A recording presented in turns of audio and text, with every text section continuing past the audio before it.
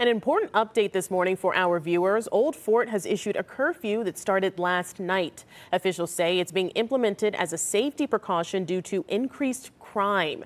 Stephanie Dupre joins Hendersonville Road. A curfew has been in place here now for about a week. Stephanie, there are some important reasons people need to stay off the road. Well, county leaders and law enforcement just want to keep people safe. And in order to do that and reach as many people as they can all at once, there are curfews out. And I'm going to list out a few of them for you right now. So the first one, town of Old Fort, effective yesterday, set a curfew from 9 p.m. to 7 a.m. And in Asheville, it's 7:30 p.m. to 7:30 a.m. And that's for the foreseeable future.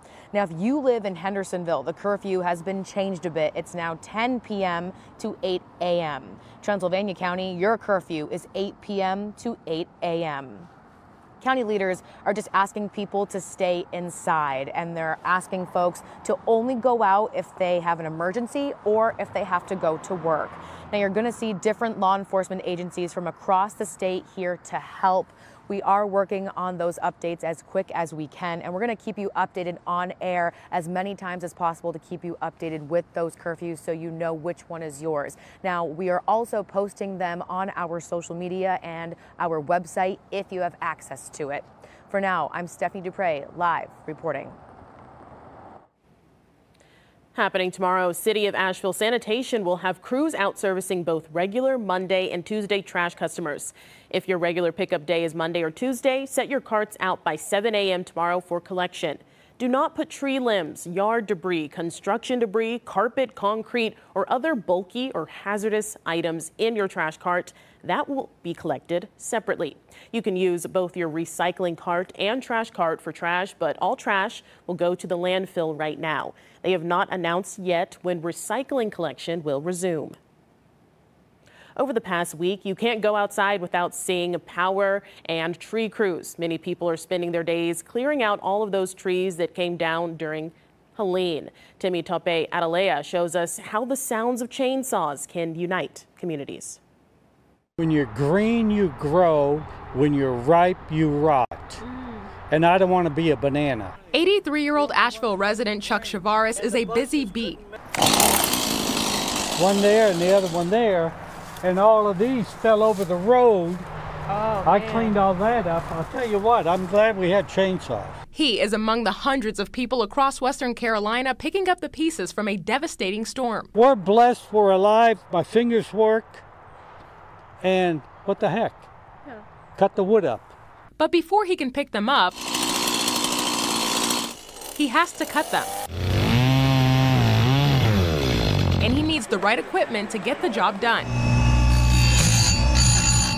That's where Oregon Tools comes in. We volunteered to come here and do basic chainsaw maintenance, sharpening to help the people of the greater Asheville area and western North Carolina sharpen chainsaws so they can cut themselves out. For the past 4 days, their disaster relief volunteer group has been here at Grace Point Church on Woodlands Hill Road, using these grinder machines to restore chainsaws. What it does, the wheel will reshape the cutter. So the cutter, when the cutters get worn, the chrome peels back and the cutters themselves get dull. And a dull chainsaw isn't any good for cutting down trees like this. Oregon Tools has already repaired more than 200 chainsaws, giving out tools and more for free. Next Monday, they will be on Grovestone Road in Black Mountain doing the same. If you show up here without your saw, just get an image of the tail of the bar right through here. That tells us everything that we need to know to make sure you're set up right. They've helped first responders, linemen, tree services, and even homeowners like Chavaris. You're likely grateful for Oregon Tools. Oh yeah, oh gosh, they were amazing. We're just here to help the people of western North Carolina put their lives back together. In Asheville, Timmy Batalaya, News 13. New this morning, an update from Rutherford County schools. There are plans to reopen for students this Wednesday, October 9th. Schools will remain closed for students on Monday and Tuesday, but for employees, both days will be required work days. Also on Monday and Tuesday this week, the school's nutrition team will provide free meals to those 18 years or younger. Drive-through meal pickup sites will operate at Ellenboro Elementary School, Forrest W. Hunt Elementary School, and Spindale Elementary School from 11:30 a.m. until 1:30 p.m. both days. Well, happy Sunday, and I say that what better place to be on a Sunday but a church, especially in light of everything that has happened in Western North Carolina. Joining me now, Justin Alexander. He's a senior pastor here at First Baptist Church of Hendersonville. Justin, thank you so much for joining us. Y'all have a special service plan this morning, so tell me a little bit about that. Yeah, we wanted to provide a way for people to have hope and to get together this Sunday. We have no power. Many churches don't have power. Many homes still don't have power. And so we decided we're going to meet at Hendersonville High School's football stadium at 10:30 this morning so that we can worship Jesus and just have a time of hope and prayer in the midst of this tragedy. So we see your shirt there, come on WNC. It's on the sign that y'all have as well. Tell me about that. It's kind of become the motto for you. Yeah, it started out as a phrase as people began to my phone began to ring off the hook of people all across the Southeast, really all across the nation, who wanted to help in Hendersonville. And so every time we'd get one of those calls, our response of our staff would just be like, come on, this is awesome. And then they'd say, hey, we want to bring a tractor trailer worth of supplies. We want to bring volunteers. And so the phrase took on another meaning of, come on, come and serve Hendersonville, come and serve Henderson County. And so we've really just taken hold of this motto of saying, anyone who wants to help, anyone who wants to be involved, come on to Hendersonville, come on to Western North Carolina, and let's see God move through the people all across this nation. That is awesome, and it's been so good to see so many people helping. Y'all have a distribution site here, so yes. Tell me a little bit about that and the plans for next week. Yes, we have now really a warehouse full of supplies that have been brought to us with our goal of getting as many supplies out as we can to members of our community, members of Western North Carolina. So if you need supplies, we would say come to us. We'll load up your car for your house. If you want to get supplies out to people, bring a trailer, bring your truck, and we will load you up so that you can get it to all corners of Western North Carolina. Okay, Justin Alexander, thank you so much for talking with us this morning. Just once again, that service, 10:30 Hendersonville High School. So if you're in the area and you're wanting a little bit of church, go see them. All right, we'll send it back to you all in the studio. $100 million in emergency funds coming up. Well, this morning we speak with Mike Morgan again, Chief Communication Officer for Henderson County. He joins us on the phone right now. Good morning, Mike. How are you? How are you all holding Good morning, up? Madison.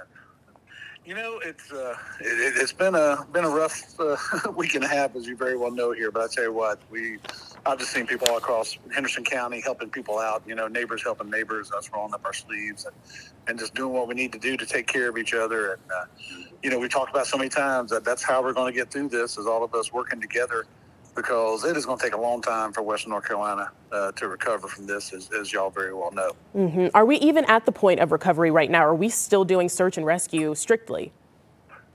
You know, it's kind of, there's parts of our county that, you know, are pretty good. You know, the roads are fine, you know, people are able to get out and about. And then we've got those pockets, you know, where we're still trying to get to people. There's still probably about 30 or 40 different little communities, different towns, different people that are kind of cut off, you know, just roads are out, can't get to them.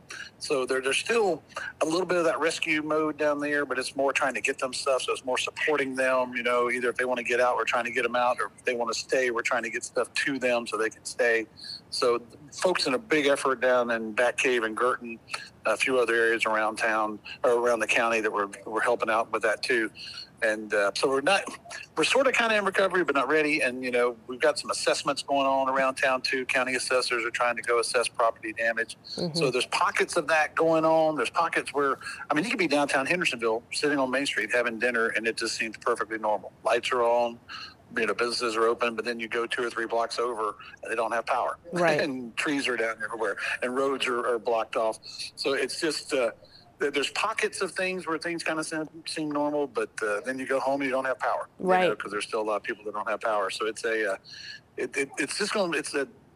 been saying this here forever. It's a marathon. This is a marathon. This is not a sprint. This is not going to be something. This isn't one of those storms that blew through that, you know, we got a few areas that got affected. The entire county was affected, right? You know, and counties all across. I haven't stopped to count the number of counties that are affected in Western North Carolina.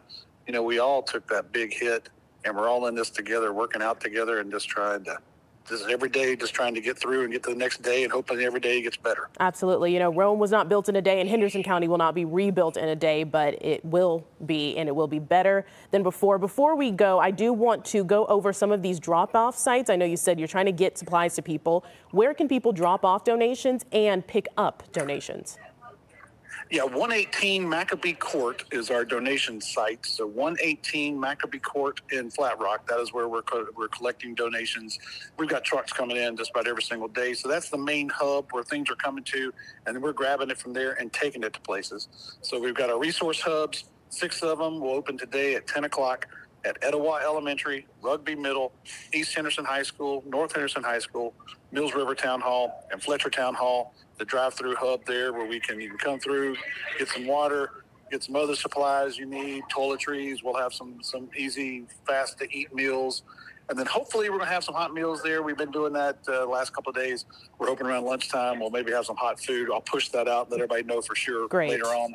If you can follow us on Facebook, Henderson County NC Government is a great Facebook thing. We're constantly updating our Facebook page, our website, hendersoncounty.nc.gov. And as you can imagine, one of those affected items is tourism. A lot of that affected here in Asheville and many other places. A lot of those popular sites are shut down for the foreseeable future as people start to rebuild, like at Blue Ridge Parkway, excuse me.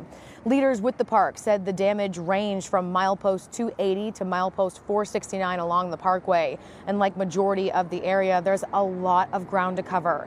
And based on what teams have seen so far, they're posting to social media saying there's significant and in some cases catastrophic damage along the parkway.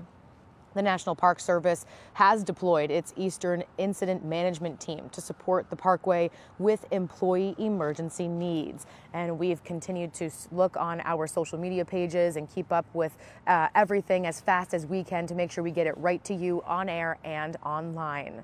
For now, I'm Stephanie Dupre reporting. More help is on its way to storm-ravaged western North Carolina. Helene caused extensive damage to roads and bridges after hitting more than a week ago. The Department of Transportation announced it is sending $100 million in emergency funds so workers can start fixing those roads and bridges. Transportation Secretary Pete Buttigieg called this emergency aid an initial round of funding. He said the goal is to get roads repaired and reopened quickly. The government is using money from the Federal Highway Administration's Emergency Relief Program to pay for the repairs. Over in Yancey County, a plea from leaders for people to stay off the road so it doesn't slow down rescue and rebuilding. The county commission chair said Spruce Pine Hospital can't admit more patients. However, you can go to a field hospital at the Burnsville Fire Department and get prescriptions there as well.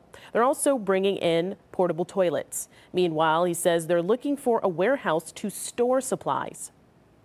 Remember, folks, this is long term. This is not just for the next week or two. This is going to go on months and months and months. Wintertime's coming. We've got to take that into account as well. Go to YanceyNC.gov to make a donation to help people there recover.